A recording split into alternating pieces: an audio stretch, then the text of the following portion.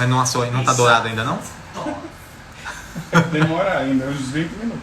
Não, é porque tava congelado, né? Não, não, não.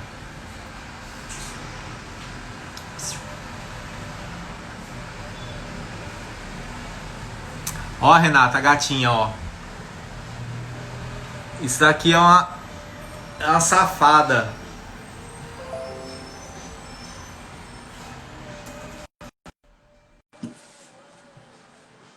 É Nina o nome dela. Não é, meu?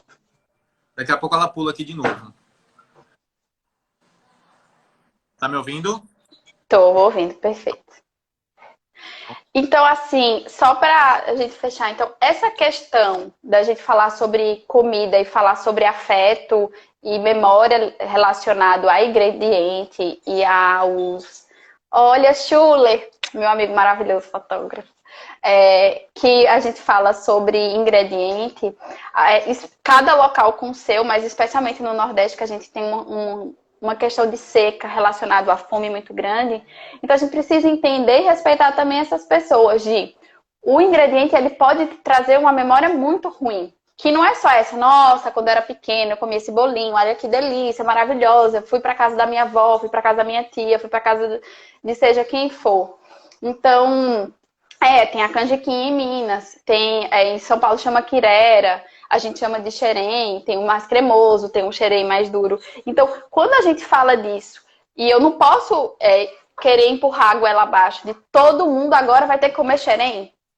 Não, por quê? Porque às vezes a pessoa tem uma ligação de eu só tinha xerém para comer, era só o que a gente tinha, ou a gente só comia num momento muito difícil, quando não se tinha dinheiro para comer mais nada. É a ração que eu dou para o porco, é a ração que eu dou para os meus bichos. Então, a gente, até esse trabalho de ressignificar um alimento é muito difícil.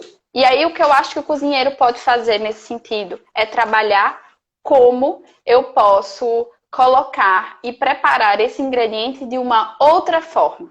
Por exemplo, quando eu vou fazer um xerém e eu posso servir ele como se fosse fazer um princípio de um risoto, no lugar de arroz, eu ir colocando o caldo, água e mexendo, ele vai ter, porque tem amido, a mesma coisa do arroz, e batendo e coloca isso.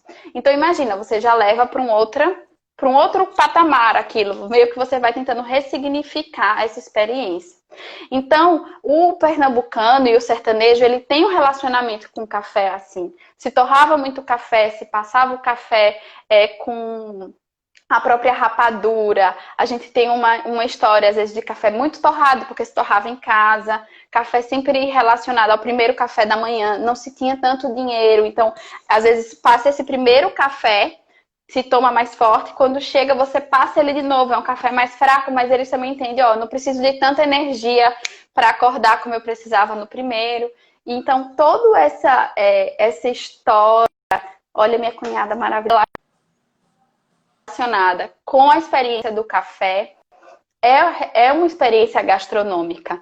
E também como que a gente pode ressignificar esse café. Ele não tem que ser doce, mas a pessoa passou a vida toda tomando, né? Minha mãe lá em casa se passa o café assim, pega, coloca água e açúcar, faz praticamente uma calda e se coa com ele.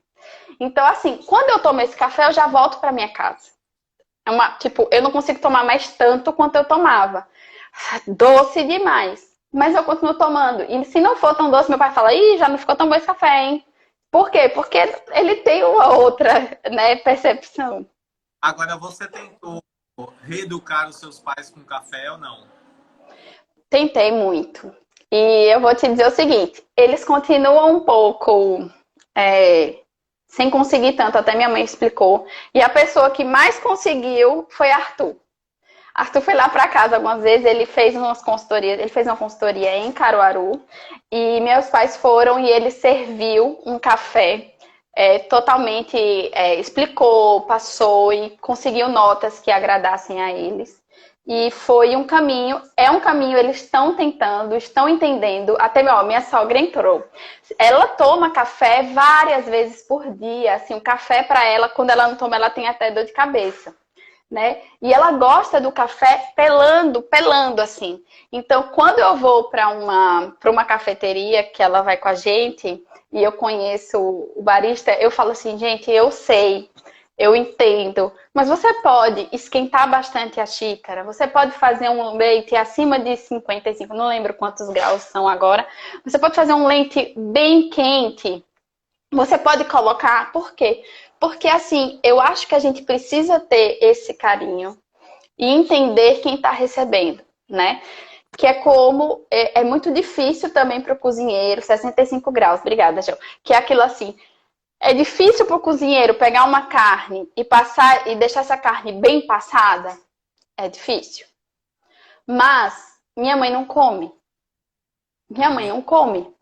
Você não come. Por quê? Porque para você a gente tem uma história de uma questão sanitária no Brasil, onde se torra muito a carne, porque a carne a gente não tinha uma procedência tão boa, a gente não tinha refrigeração, uma série de coisas, de abatedouros clandestinos, e isso vem de uma história, a gente não pode esquecer a nossa história.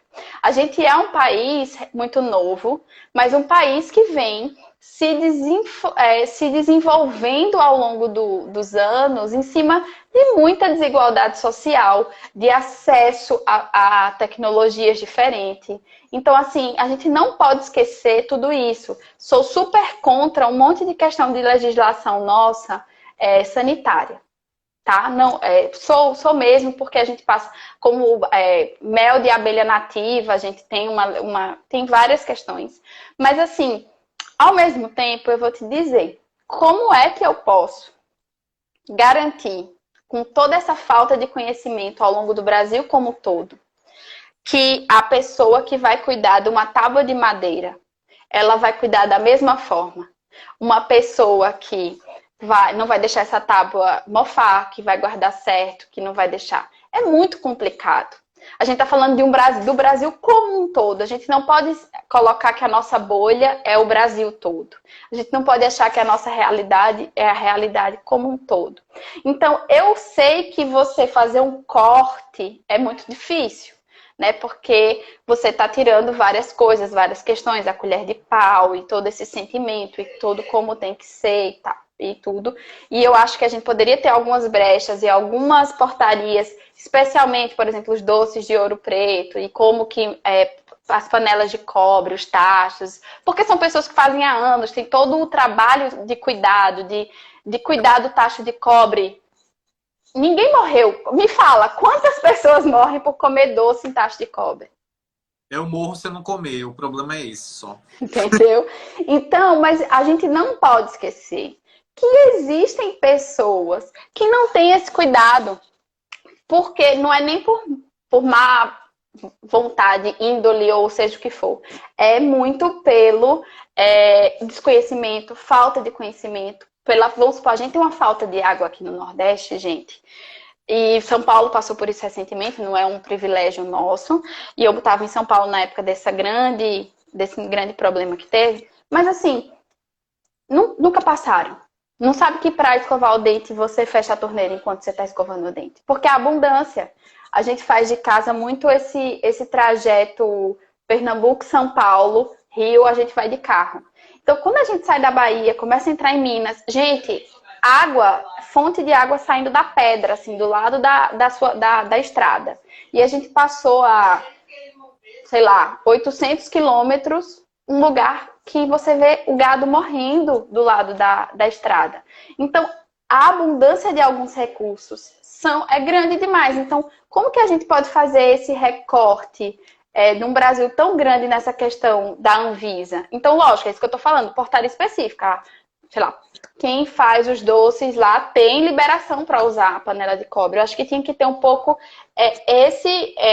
essa flexibilização pontual para alguns lugares. Produtores de queijo de Minas poderem usarem aquelas cintas de madeira, porque a própria madeira é uma barreira biológica para muito micro-organismo ali daquele queijo. O resultado do queijo é completamente diferente. Então, assim, a gente precisa ter um conhecimento maior. E como que o café entra nisso? Exatamente nesse momento onde eu olho para o meu pequeno produtor, eu olho quais são as dificuldades dele, eu olho como é que a gente pode trabalhar, como que ele vai ter material para fazer toda a parte de secagem, descascada, né? Como que é difícil a distribuição, a logística, porque você ser o marketing, você ser o comercial, você ser tudo é muito difícil, né, Nelson? O pessoal, eu conversei com o pessoal de Triunfo, né? Eu conversei com a Raquel, né? Mas eu conversei sobre as produções de Triunfo. E tá tendo todo o apoio junto à AF, que foi feito foi feito um seminário para montar terreiro, tudo isso para ter um cuidado. Tá tendo essa preocupação, pelo menos aqui em Triunfo, porque não sei se todo mundo sabe que Pernambuco produz café. É bom a gente reforçar, né? É muito bom. É em do Norte, que é onde tem a produção do Iaguara, né? E em Triunfo. Isso. Tá? E é o café. E um café bom, um café. Eu ia nessa última expedição que teve, junto com Lidiane, e para participar, mas eu estava em São Paulo fazendo um evento, eu não consegui ir, infelizmente.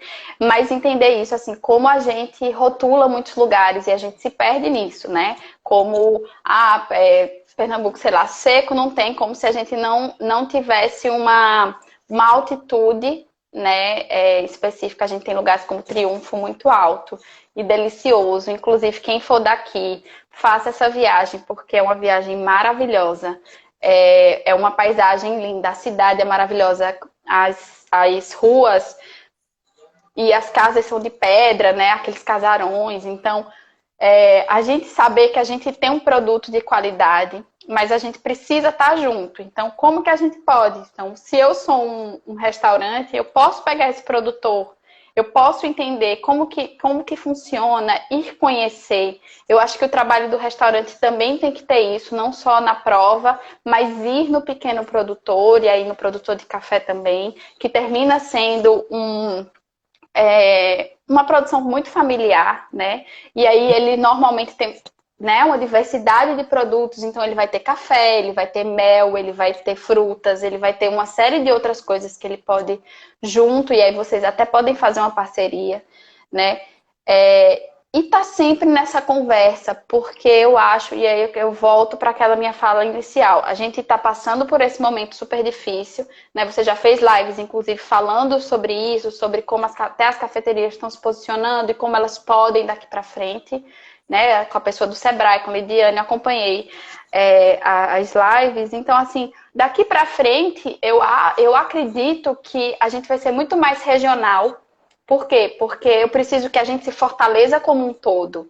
E eu preciso, então, consumir comida daqui, dos pequenos negócios, dos restaurantes locais, café daqui, roupas locais.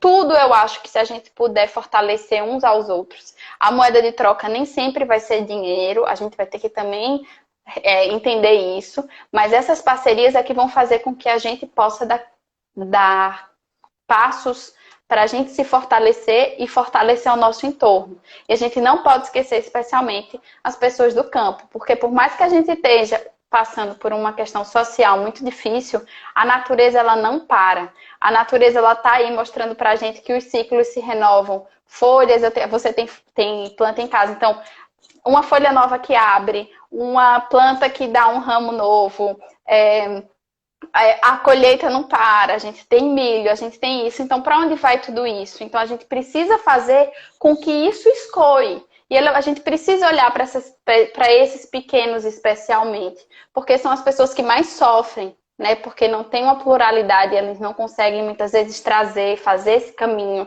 né, da logística, depende de outros. Então, a gente precisa estar unido. E aí eu acredito que restaurante, cafeteria e especialmente quem faz as torras aqui em Recife, por exemplo, tá junto dessas pessoas, né? Para a gente poder olhar por um novo ângulo. Eu aprendi uma frase que na verdade é o nome de um documentário que eu assisti agora no começo do ano, que é Café não é só café. E eu acho que isso é válido também para a área da gastronomia, que aquele produto que é aquele produto, não é uma couve que você vai fazer um refogado, não é uma banana comprida que você vai fazer qualquer coisa. existe todo um trabalho, existe uma pessoa. O café, existe uma pessoa que cuida, porque os cafés especiais tem todo um cuidado. Ele vai lá colher o fruto maduro, né? Tem todo um trabalho. Eu conversei com Gabriela do Café das Amoras, que contou pra gente tudo isso, sabe? E eu acho que essas coisas, a parte de gastronomia também tem todo esse cuidado. Então, assim, não é só compre dos pequenos, claro, que você puder comprar dos pequenos, compre dos pequenos. Falei certo? Falou certíssimo. Não tem errado, Nelson, eu acho, porque a gente vive aprendendo e a gente vive sempre aprendendo e conhecendo alguma coisa nova, né? Eu concordo com o Gel, assim, acho que comer é um ato político. Eu acho porque é um ato político, porque quando eu penso antes da onde eu vou, o que eu como, o que é que essa pessoa faz, o que é que ela pensa sobre isso. Quando a gente coloca na mesa, quando a cafeteria ela tá ali comunicando para você comprar café para conhecer café dos lugares. Por exemplo, Sabria Alexandre. É isso, assim, quando vamos supor que você viaja, eu fiz uma viagem, quase fiquei no Uruguai. Nossa, gente, como eu gostei daquele país. Eu vou dizer a vocês, viagem. É muito bom. E eu gosto disso, assim, você vai para um lugar e aí você experimenta um pouco do que aquele lugar te oferece, do que ele acredita, de como as pessoas vivem. E aí você vai tirar um pouco dessa sua experiência, da sua impressão daquele lugar. Então, quando a gente cozinha e a gente tá usando os ingredientes e pensa por que eu estou usando, eu falo muito isso. Pega um pedaço de papel e sai anotando os ingredientes principais do que você come. E me fala a variedade. Tipo assim, cenoura, cebola. E veja como a gente varia pouquíssimo a nossa alimentação. A gente limitou a nossa pluralidade. A gente tem muitas espécies comestíveis. De tudo. Tô falando de tomate, cebola. E aí você vai ter uma variedade de coisas. Então, ó, o Rodrigo chegou. A gente falou que só de tu já aqui. Foi meu consultor de pães, me ajudou a passar para os momentos mais difíceis. Hoje de manhã, meu café da manhã foi do Zoco, viu? Ai, meu Deus, maravilhoso. Eu vi aquele bolinho, menina, eu vou pedir. Aí pronto, por que é ato político? Eu tenho, lógico, gente, tá todo mundo difícil, não tá trabalhando, o dinheiro está pingando na nossa conta? Não está, mas o que eu faço? Eu escolho de quem que eu tenho consumido. Então, vamos supor, compro o café da Selen uma semana, na outra eu como do CAF, aí o próximo já vai ser o Zoco. De quem que eu compro meus legumes? Tem a menina que sempre me fornece broto, está fazendo entrega aqui em Recife. Eu não tenho comprado, quando eu compro comida, peço delivery, eu tenho sempre variado. Eu compro a minha pizza de quem eu compro, que é do forneiro. Aí eu sempre compro de não sei quem, eu ajudo não sei quem.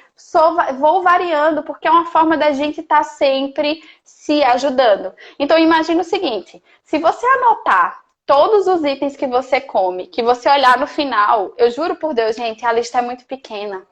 Por quê? Porque a gente limita a nossa experiência. Então, se você começar... tem muito isso. Vamos comer, vou fazer quiabo. Eu não gosto de quiabo. Não gosta? Como é que você já comeu? Eu nunca comi quiabo. E por que não gosta? Porque eu não gosto. Então, assim, como é que a gente consegue ampliar a nossa experiência? Minha gente, é muito mais legal você ter experiência. Imagina você comer um negócio e falar assim, nossa, que delícia. Igual você falou, comi um nhoque de vatapá. Nossa, não. Aí você tem aquela coisa de, que delícia. Tipo, eu gosto de usar muito isso porque as pessoas consomem mais, mas assim, que o ratatouille, ele come e dá aquelas explosões coloridas, porque ele tá descobrindo novos sabores. Então, imagina você passar a vida inteira tipo, super chato. Que, tipo, a experiência tipo assim, macarrão com queijo, um risoto com creme de leite e pronto. E bacon. E bacon e carne, e bacon. E tipo, alimentos super processados. Vou me defender aqui. Eu não como quiabo, mas eu também não uso creme de leite no meu risoto, não, tá? Mas então, me fala uma coisa. Eu Você já comeu quiabo? faço o meu caldo de legumes do quiabo. Que chiquérrimo. Fica ali, ó, umas 2 horas cozinhando. Daí eu congelo o dia que resolvo fazer, pronto, já tá pronto, é só Pronto, é maravilhoso. É, mas você já comeu quiabo? como é quiabo? Do que é feito? Como que é o formato? Ó, eu nunca comi quiabo. Então, eu vou... Ah. É, Olha, aí vamos lá. Maxixe. Maxixe, a gente aqui tem muito o costume de colocar em cozidos, no feijão e tal. Então, ele tem uma textura específica, muita gente nem olha, acha ele meio feio. Eu acho lindo, adoro aqueles arrepiadinhos que ele tem.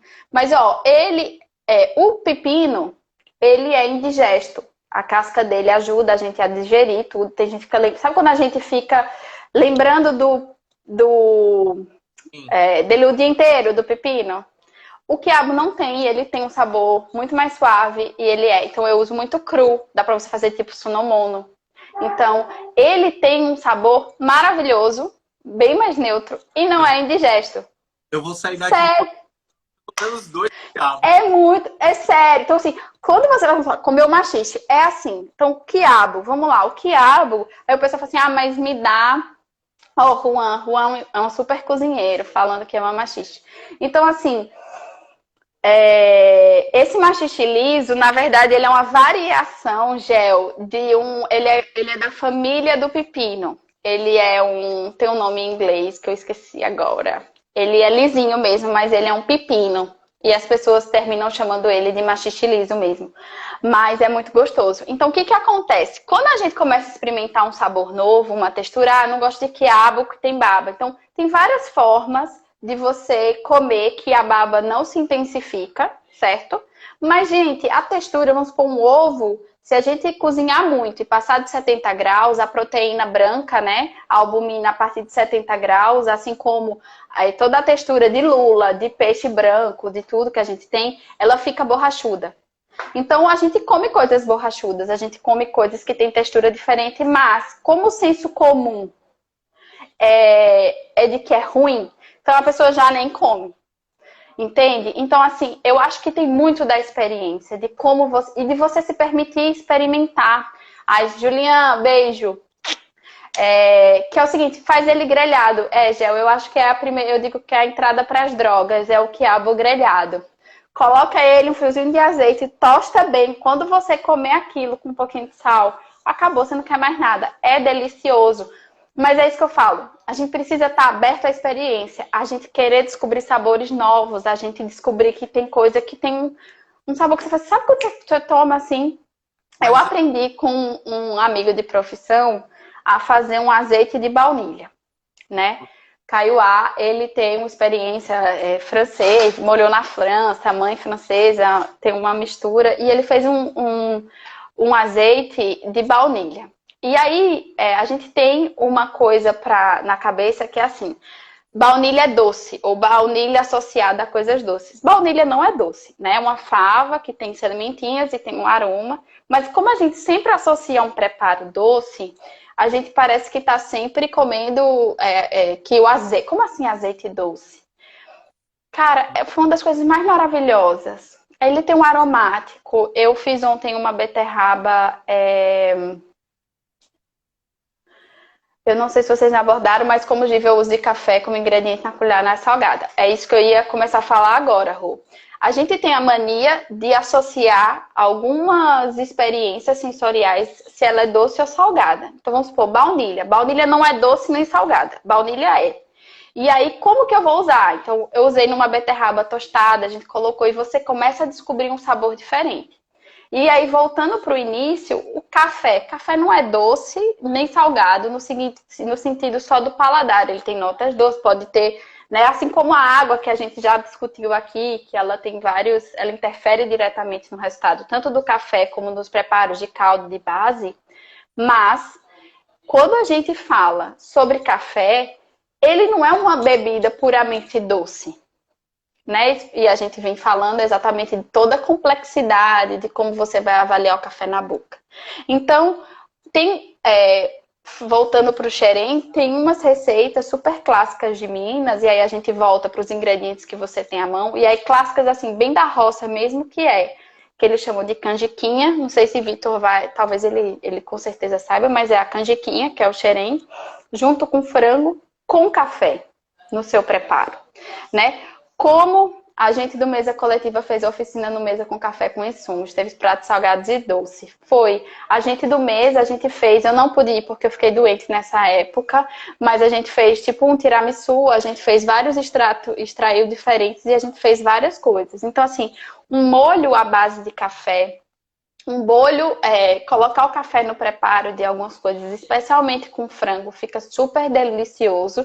E aí é sempre como a gente vai usar o ingrediente. Café sendo ingrediente num preparo de comida, requer do cozinheiro aquilo que eu falei, os testes e descobrir os sabores que eu quero dar. Ai, gente, pão de queijo. O meu tá ali, já vou amassar. De pão de queijo aqui e depois eu passo para vocês, viu? Tá maravilhoso. Tá no perfil de Machete, maravilhosa.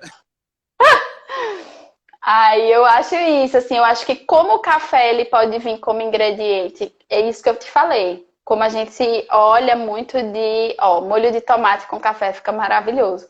Pois é, Vitor, o que eu acho que o café tem? Ele não tem o umami 100%, né? Não tem essa questão. Mas ele ajuda a gente dar uma complexidade na boca de sabores que outros ingredientes não dão. Especialmente dependendo do preparo a gente quer colocar. Ô, Gi, posso fazer posso ir fazendo um café enquanto você vai falando? Oh, meu Deus, eu só queria que você jogasse aqui um pouquinho, ó. Que eu acabo. Eu vou fazer. Vai. Ai, lindo. Então, eu acho isso, assim, Vitor. Eu acho que o café ingrediente, ele tem que ser olhado por a gente da gastronomia. Eu falo a gente porque você também é da nossa área. Ele como ingrediente, ele vai entrando como nos preparos, a gente compreendendo todos os sabores e como ele pode ampliar a experiência sensorial daquele preparo. Então, desde aí você definir o método, você definir qual o grão, você tomar e você ter, manteiga com café. Eu também amo manteiga com café. A gente ter essas experiências de como ele pode entrar. Então, aí que eu falo, dá muito trabalho a gente pensar, mas eu acho que cozinheiro que vai para aquele que a gente também conversou hoje, na parte mais de laboratório, de pesquisa, ele vai amar isso, que é teste, prova, como eu quero, como eu não quero, o que isso vai me dar de diferença, né? Se é um café mais ácido, como que ele é, uma torra mais clara, quero mais escura, o que ele está me fornecendo, e eu posso evoluir. Eu posso evoluir com ele. Aí eu acho Coara a coisa mais linda. É o próximo método que a gente vai adquirir aqui em casa. Eu tenho de cerâmica também, mas esse daqui tá mais fácil para encaixar aqui na caneca. Na caneca. Então, assim, para mim, café ele não é doce, né? O que Vitor tá falando, né? Ele não é doce, falando como ingrediente, e Rodrigo também, adoro fazer teste. Pensei agora, um pão de café, será que presta? Por que não presta? Presta. Eu acho que a gente sempre o que eu acho que a gente tem que ter cuidado com o café, é como a gente tem que ter cuidado com alguns ingredientes. E também o café, e aí o café, que é igual isso que Vitor disse, que mais intriga ele, talvez é o que mais me intriga também. Pra mim, café e cachaça estão numa caixinha pra mim. Por quê? Porque a cachaça é o único destilado no mundo que ele tem 2.000 possibilidades. Você pode armazenar ele em diversas madeiras. De jaca, de bálsamo, de sândalo, de carvalho, de umburana, e aí vem vários. E aí você pode armazenar em diversas madeiras e você pode envelhecer em diversas formas e deixar em tanto tempo. Então, o que é que isso faz? Cachaças completamente diferentes. Então, você não pode me dizer que você não gosta de cachaça. Quem gosta, lógico, quem bebe bebida alcoólica. Porque, minha gente, tem muitas formas. No Mocotó eu descobri isso, assim, 1 milhão de possibilidades de cachaça. E de como ela tem, e o que ela muda na receita. E se a gente for pro café, por isso que eu falo que pra mim eles estão mesmo na mesma caixinha que eu falo mental, é porque o café ele pode ter várias colheitas diferentes, com resultados diferentes, com torra diferentes e no método sair diferente. Então, vamos lá. Eu quero um pão com café, fazer um café. Ótimo. Aí você tem que entender quando assar, lógico, grande parte da parte sensorial talvez saia, mas o que é que você vai querer? Cor, aroma, se aquele resultado final vai ser diferente. Então, quando a gente faz, então, talvez você goste muito de um café quando você prova quente. Frio, o café já é outro café. Eu adoro deixar, sempre eu deixo um pouquinho no final para provar, tanto ver o cheiro dele na xícara, como provar ele frio, como a redução desse café, a acidez que ele vai ter, o amargo, as notas. Então, é tão complexo. E aí a gente vem para dois lados. Tem gente que vai falar, nossa, que preguiça, nem quero fazer. E tem gente que vai falar assim, meu Deus do céu, tem tanta possibilidade que eu preciso testar. Então, é essa beleza que o café eu sinto como ingrediente, né? Então, ele pode, desde você raspar ai, olha, cheirosíssimo, maravilhoso. Maravilhoso, tá? Ai, gente, quando abre um café... Ai, eu ia falar, tu ficou preto. Então, por exemplo, a mesma coisa que eu tenho que eu defendo café, eu defendo cachaça. Então, por exemplo, aqui. Você bebe cachaça? Ó, cachaça. Eu vou dar duas. Deixa eu pegar essa aqui que tá mais fácil. Você Então, a gente tem. Pode falar. bebe cachaça? Você bebe? Eu bebo. Eu não bebia. Quando eu fui para São Paulo... Ai, Serginho! Gente, Serginho é um grande chefe de Alagoas. Que tem até tinha um restaurante lá nos Milagres, que eu preciso ir para aquela praia maravilhosa que eu não conheço ainda. Eu não bebia cachaça. E aí, no final, assim, toda saída do Mocotó, os meninos do bar faziam, Gi, experimenta. E eu era muito mais nova e fraca para beber. E aí eu ficava assim, tomava uma dose, já ficava assim, toda vermelhinha. Oi, Dedo. E aí, ó, por exemplo, a Insinuante é uma cachaça, é de Minas, de uma região que faz muita cachaça, que eu acho que Vitor conhece.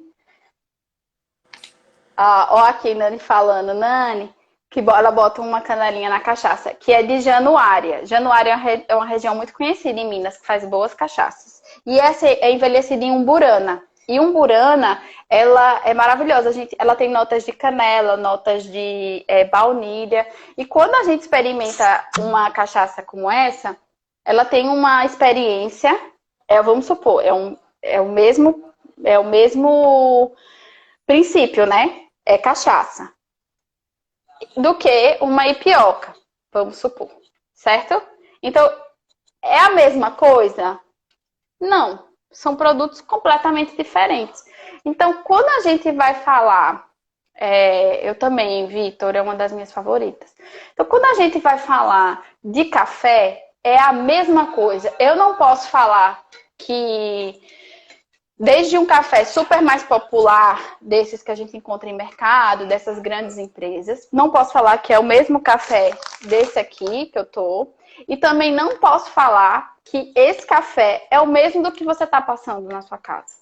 Também Por não quê? Porque são diferentes, as torras foram diferentes, a colheita foi diferente, o resultado foi diferente, o jeito que você moe e o método que você está passando é diferente. Se você fizer um expresso é diferente, se você fizer do mesmo café, passa um expresso, passa um coar, faz um Chemex, faz sei lá, uma moca, faz um melita, resultados completamente diferentes. Então, se a gente olha como um ingrediente de diversas e grandes possibilidades, aí, gente, a gente tem na mão o que a maioria das pessoas que se tornam coffee lovers ou escolhem a profissão de barista, ou... Eu não sei se eu sou coffee lover ou se eu sou amante de café, porque eu acho vocês, coffee lovers, super dedicadíssimos. Eu não tenho essa dedicação, também não tenho muito tempo para colocar na cabeça mais uma dedicação tão exclusiva como se necessita o café,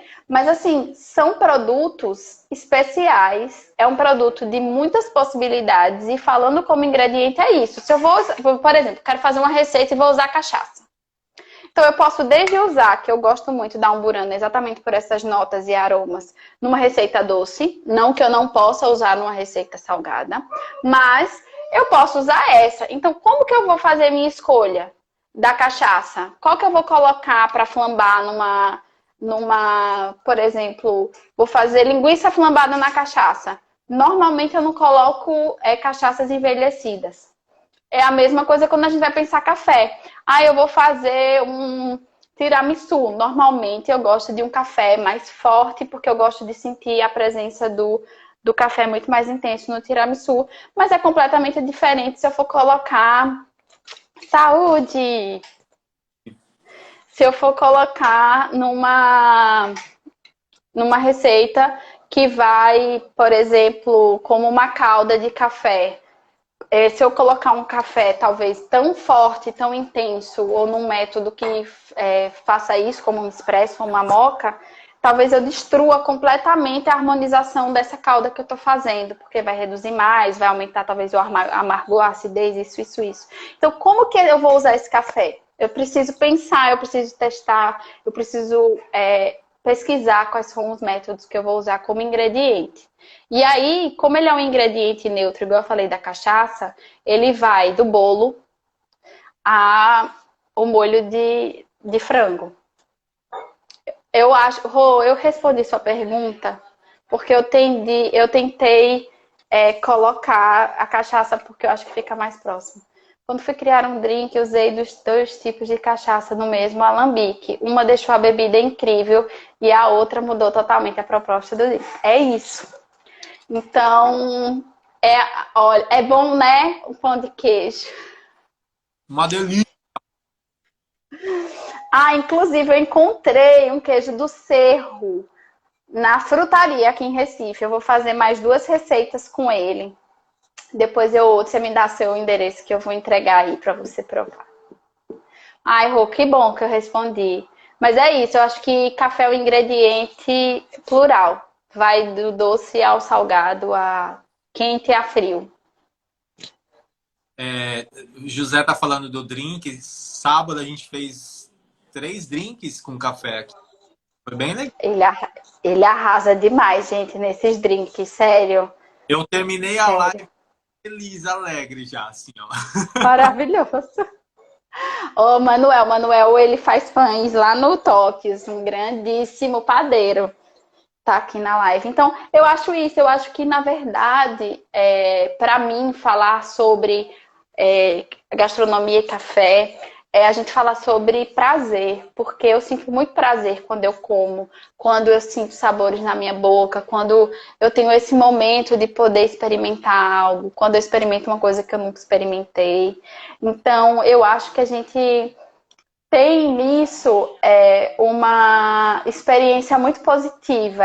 Tem que falar sobre alegria, né? Deixa eu ver aqui. Eu acho que temos que incentivar a criação de receitas usando o café como ingrediente, não apenas acompanhamento. Isso sendo ainda mais verdade para as receitas salgadas, pois é mais comum ver em doces. Acredito que era isso que ele estava escrevendo. Mas é exatamente isso, Ru. E aí eu acho que na verdade, a gente precisa fazer uma reprogramação mental de como eu vejo o café, sabe? Eu acho que a gente vendo uma reprogramação de que o café, ele sai dessa posição de ter que ser muito preto, muito forte, muito quente, muito doce. Aí a gente dá um passo, eu acredito em uma construção, né, de um degrau. A gente dá um passo de que ele pode ser diferente, ele pode ter outras formas, igual a gente falou, outros métodos, né? E a gente dá esse próximo passo de, cara, café é um ingrediente, assim como a gente consegue enxergar na cachaça. A gente não diz que cachaça é uma coisa doce, ou que só vai em bebida, ou que só vai num preparo salgado. Tipo, a gente tem, né, uma variedade que tem todos os seus preconceitos com cachaça. A gente, né, inclusive, a gente xinga as pessoas usando o pobre nome de uma bebida que é tão maravilhosa e brasileira, que é cachaceiro, a gente falar que uma pessoa é cachaceiro. tem toda uma questão social, e aí o café precisa dar esse salto que o pessoal da parte de cachaça vem fazendo dentro da sua área, e que a gente, eu vou me colocar no meio de gastronomia e café, precisa dar espaço com relação ao ingrediente que é o café, né? E bancar isso. Porque você colocar no cardápio que você vai servir, eu vou dar só um exemplo, xerém ou canjiquinha ou quirera, como chamem, com frango ao molho de café, vai ser um dos seus pratos menos vendidos. E aí, como que você vai ter que trabalhar isso? Você vai ter que incentivar, você vai ter que dar degustação. Né? Nome, gente, muda o nome. Muda o nome, não coloca. É bem complicado, porque as pessoas não vão pedir. E como que a gente faz? É isso que eu tô falando. É um trabalho. Precisa ter transpiração, precisa você acreditar, você precisa bancar em todos os sentidos. Você precisa bancar de estudo financeiro, de colocar no cardápio, de ter, de gastar para fazer o molho, de não vender e tudo isso. Então a gente precisa bancar e precisa acreditar. E a gente precisa começar isso. Então, colocar uma pequena degustação na mesa, um molhinho. Ai, come isso aqui com esse molhinho. Nossa, mas peraí, como assim guiosa com molho de café? Tô dando um exemplo. Porque aí a gente vem ali numa linha, talvez, jogando mais no jogo ganho, que a gente pega a intensidade de um shoyu, eu sei que é fermentado, eu sei todas as questões, tá, gente? Tô dando aqui, jogando na parte brainstorming. Joga um café ali, vamos fazer um toque, e a pessoa come, nossa, que maravilhoso, e aí ela precisa também reprogramar o cérebro de, tô tomando café, não é quente, não é doce, é uma bebida, não é bebida, é molho, entra como quase um tempero. Então eu acho que essa reprogramação, ela é uma reprogramação mental mesmo, da gente ver o café como ingrediente e não só como bebida. É um trabalho. A gastronomia em si, ela é muito possível de muitas coisas e de muitas provas. Eu não como quiabo, eu realmente não como quiabo, e tem muitas outras coisas que eu nunca comi. Você gosta de ostra? Eu não como ostra. Mas você já comeu? Mas nunca provou? Eu provei. Porque eu olho aquilo, eu acho nojento. Sabe? Mas nem empanada? Eu não chego, eu nem olho. A ostra, tá. não. Por exemplo, assim, eu não como nada que eu sou do mar, eu só como e eu não como lula, polvo, já comi marisco. O gosto não me agrada, sabe? Pronto, mas assim, experimentou, é isso que eu falo, cara. Botou na boca e conseguiu falar, não gosto. Eu não acho que ninguém é obrigado a gostar de nada, tá, gente? Também.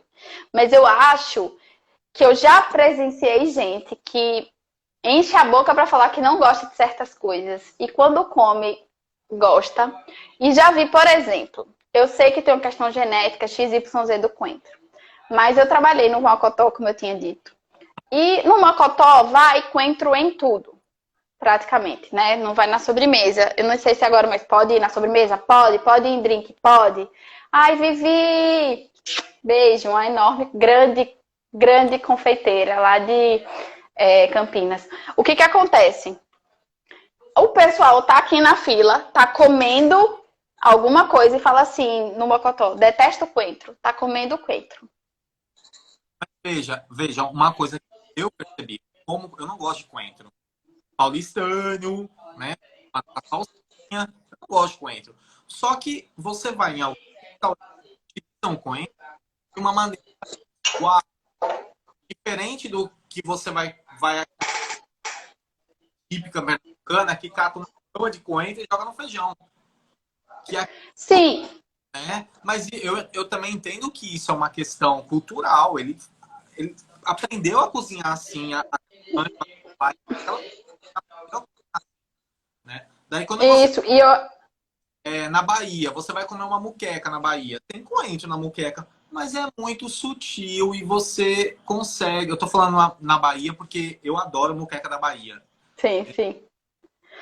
Olha, é isso que eu falo. E é como você prepara e como você precisa entender. Vamos supor, coentro eu adoro, mas é aquela coisa, se você picar muito picadinho e colocar, né, miudinho, e colocar no preparo, toda hora que você comer vai ter muito coentro. Se você fica bem mais grosseiro e você coloca e mistura, hora tem coentro, hora não tem, hora tem um perfume, hora não tem. E aí a gente pode ver café assim também, porque café ele não é aquela coisa muito que você esconde ali, como a pimentinha do reino. Gente, é tipo assim, não se esconde jaca, não se esconde café. Por exemplo, você vai na rua e você compra um pacote de café. Se você for na sua bolsa é café. Onde você abrir, café. É igual cupuaçu. Não se esconde, gente, um cupuaçu. Onde eu trabalho, eu levo um pacote de café especial. E eu tenho um... Quando eu abro, pessoal do outro lado vai ficar café, vai ficar... É bem assim. Não se esconde. É. Então, assim, como que eu vou usar esse ingrediente? Você vai precisar ficar aí pensando e como você pode melhorar e como ele vai entrar e como você vai trabalhar com ele. Eu acho que a lição que fica um pouco isso é a gente juntos, a gente conseguir dar esses passos de ressignificar um pouco o café e vê-lo como ingrediente, não como eu falei da baunilha, erva doce, impossível de esconder, exatamente. Não tem coisa que não se esconde, cravo. Então, como você vai colocar numa receita ou onde ele vai entrar, precisa ter, igual, gente, chocolate, né? Dependendo do percentual de cacau que você vai crescendo até o 100%, porque chocolate 100%, que é o líquor, ele não tem doce, né? Ele não tem açúcar. É só a pá, aquela quase como a massa do café mesmo. Então, ele é uma preparação doce? Não é. Chocolate também, ele pode entrar em vários, assim, tem muitas carnes com chocolate na receita. Cacau, você pegar cacau em pó e pôr na boca não é doce. E você vai percebendo isso e como você pode trabalhar. Então, eu acho que esses estigmas aí, vamos lá, café, cacau e cachaça, por exemplo, a gente pode tentar observar que são coisas que a gente coloca o peso de ser doce, de ser isso, aquilo, mas eles têm muito mais a oferecer do que a gente usa, eu acho. Aí fica um meia-culpa como cozinheira também, né? Gi vai se comprometer a começar a experimentar alguma receita com café. Vai... Concordo, eu vou fazer o seguinte, eu vou dar uma estudada aqui com alguma receita que eu tenha ou que eu tô pensando e eu faço essa receita e posto para você e dou para você também aí para o pessoal do tipo barista, que é a que eu acompanho, eu adoro descobrir as cafeterias e os baristas que me servem, qual a história deles, eu adoro o teu Instagram. Obrigado. Ó, eu tenho duas perguntas e pra gente tá dando quase a segunda hora. E se deixar... Não, gente. Vamos poupar as pessoas. Tá? E daí já viu, né? Eu tenho duas perguntas para você. Harmonização. Qual é a melhor... O que você acha que mais harmoniza com o café? Eu vou para uma questão muito de infância. Eu adoro queijo com café, que é uma coisa que era um momento da infância, que a gente comia muito na casa da minha avó. E alguns doces e algumas sobremesas com café. Algumas. E especialmente quando eu já conheço, eu tenho alguns restaurantes que eu peço junto e tomo junto. Nem para também estragar o café, nem para estragar a sobremesa. Então, algumas coisas. E fui muito feliz porque numa degustação com Lidiane, ela serviu queijo com café. Eu acho que... Porque assim, igual a Manuel falou, pastel. Eu acho que pastel vai bem com café, mas muito mais pelo coração, por essa questão mais emotiva, do que realmente combinar, tá? Eu acho que, às vezes, eu gosto de queijos mais intensos, queijos mais curados, um parmesão, um meia cura. Oi, Aninha, Ana é uma grande chefe, gente, também do Rio, São Paulo. Que eu acho que vai muito bem. Eu acho que é uma harmonização muito boa, tá? E algumas sobremesas com cacau, mais do que com chocolate, e dependendo também. Aí vem para a parte complexa, que é com qual é o café, como é a torra. Eu comi no café um fundi de queijo cabra com café, que assim, tiro todos os chapéus, assim, os meninos lá ali de Vitor, Carol, tá, ficou apenas maravilhoso. E para mim é isso, para mim é isso, e eu acho que assim também o que o barista está propondo e o que a gente pode provar junto. Mas aí depende dessa complexidade de qual é o café, como ele foi torrado e qual o método. Ó, eu vou falar uma coisa para vocês, que quando forem em cafeteria, quando tiver uma harmonização pronta, como a gente tem aqui o Recife Coffee, que sempre tem aquela harmonização, que seria agora em maio, que isso deve ter sido adiado. Quando você recebe um café com mousse de limão siciliano, ele tem um porquê, gente. E pergunte por quê, sabe? Porque a primeira... Isso. Assim, café e limão siciliano... Eu lá no escritório conversando, porque daí o pessoal começa a me perguntar de café, daí já viu, né? Eu desembesto. E vai embora. Daí eu falei assim, olha, café vai bem com queijo parmesão, né? Esses queijos mais tem. Não. Semana que segunda-feira você Vou trazer por... Pronto. O pessoal ficou maravilhado, sabe? É isso. Quando eu usava, eu tenho uma Nespresso aqui, que depois que eu aprendi a fazer café, eu nunca mais usei. Mas quando eu usava a Nespresso... Eu uso de manhã, às vezes, com as cápsulas da Selen. Eu não gosto, mas assim, às vezes, Carlos está dormindo, eu vou sair muito cedo, tipo 4 da manhã. Eu passo ali, porque ela não faz, eu não preciso triturar o grão e tal. E aí, vez ou outra, eu não compro sempre. Ela também, coitada, é mais subutilizada do que utilizada. Mas quando eu usava ela, eu adorava tomar café e comer com paçoquita. E, gente, aquilo é uma coisa na sua boca, assim, ó, que é impressionante. Então, lá no começo da live, provem, experimentem. Prova, experimenta, E no Recife Coffee, eu acho sempre perguntar, como acompanha o doce e o salgado, assim, com qual que eu vou tomar o café, você indica, né? Se é com o primeiro, com salgado ou com doce. E se aventurar, gente, porque não tem condições. Ó, façam a receita do bolo e brigadeiro de café que Nelson postou. Das melhores combinações.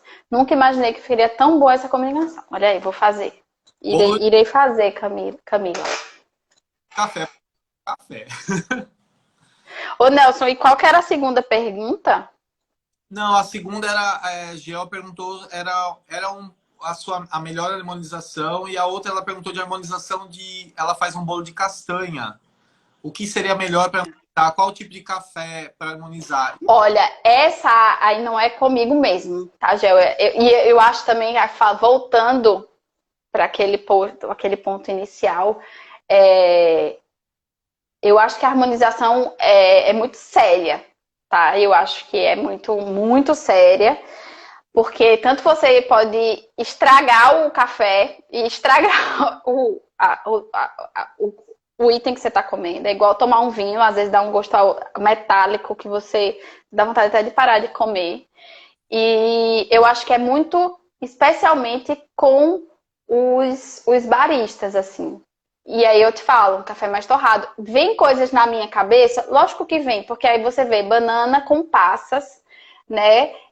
Castanha do Brasil, que é uma oleaginosa, então traz uma gordura, já me remete a um café um pouco mais ácido, um pouco mais de uma torra mais escura, mas eu já comi harmonizações feitas por Lidiane surpreendentes.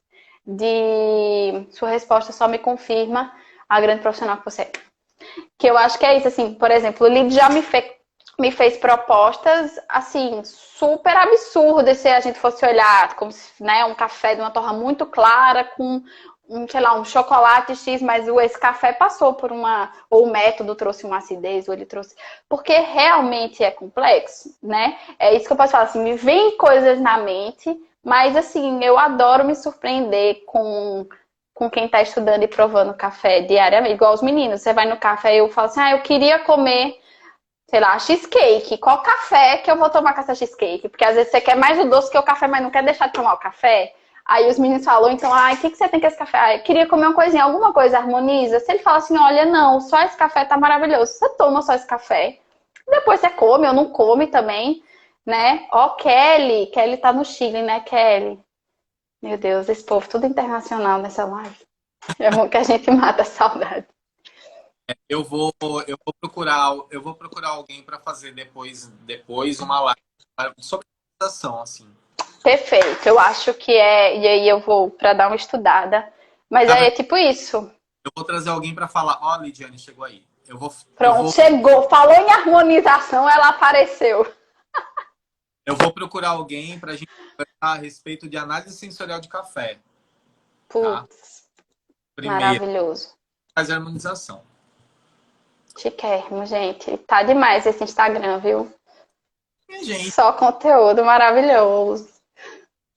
ai, ó, Lidiane, a gente tava falando de harmonização, mas a gente já vai encerrar essa live agora, viu? Porque senão a gente... É, porque a gente vai passar o dia. Mas, Lídia, é porque me perguntaram sobre harmonização. Eu não sou a melhor pessoa para responder. Posso falar coisas que imagino. Mas já falei que fui muito surpreendida no CAF, em várias cafeterias que já... por exemplo, no Zoco eu comi um choripã e tomei um café que ficou maravilhoso. Jamais imaginaria que pudesse funcionar tão bem um choripã, uma linguiça com um café que deu super certo, né?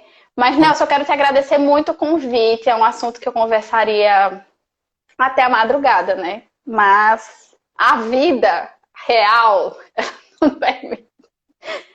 Não, eu que agradeço você ter topado. Foi uma experiência gastronômica, apesar de ser virtual, maravilhosa, de conhecimentos muito boas, tá?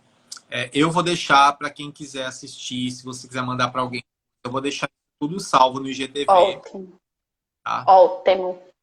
Fica tudo lá arquivado, tá? Se alguém aí tiver sugestões e dúvidas, pode me mandar por direct. Eu, por alguma coisa de culinária, gastronomia, eu falo com o Gi e respondo a vocês depois. Perfeito, gente. E a receitinha do pão de queijo está no meu Instagram, que é gi.nakarato. Eu fiz uma receita bem... O vídeo é longo, porque eu sei que tem gente que nunca fez. E aí... É rapidinho. E aí eu botei bem delicado para todo mundo conseguir produzir. O vídeo não é demorado, não. O vídeo é um vídeo tranquilo de se assistir e é super rápida. Então, assim que a gente terminar a live, eu vou colocar o link para lá, nos stories aí. Combinadíssimo. Tá? Gente, obrigada pela paciência e espero em breve a gente poder estar sentado numa cafeteria, retomando nossos assuntos de café, né? Espero que esse tempo passe. Quem puder, que eu sei que muita gente não pode, e eu tô falando por várias questões, mas fiquem em casa, se cuidem das pessoas próximas a vocês. A gente aqui em Pernambuco, não sei que tem gente fora, a gente tá passando por uma situação nos hospitais muito sérias, né? A gente tem vários restaurantes trabalhando para poder mandar até comida e alimentação para as pessoas dos restaurantes e dos hospitais, né? Que estão na linha, até tem uma linha de frente em Pernambuco. Mas assim, se cuidem porque é um momento realmente delicado e quem puder fazer sua parte, fique em casa. 1,50. Pessoal, novamente, muito obrigado, Gi. Obrigado mesmo de coração. E a gente vai, quando você tiver a receita, a gente volta para mostrar essa receita aqui. Fechado, vou trabalhar a partir de amanhã nela já. Ela já se comprometeu aí, ó, em rede nacional. Tem gente do mundo inteiro assistindo isso aqui, viu?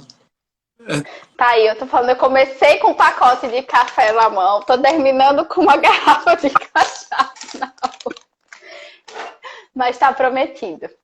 Muito obrigado novamente. Um beijão. Obrigada, meu amor. Um beijo. Foi um prazer. Todos. Tchau, tchau.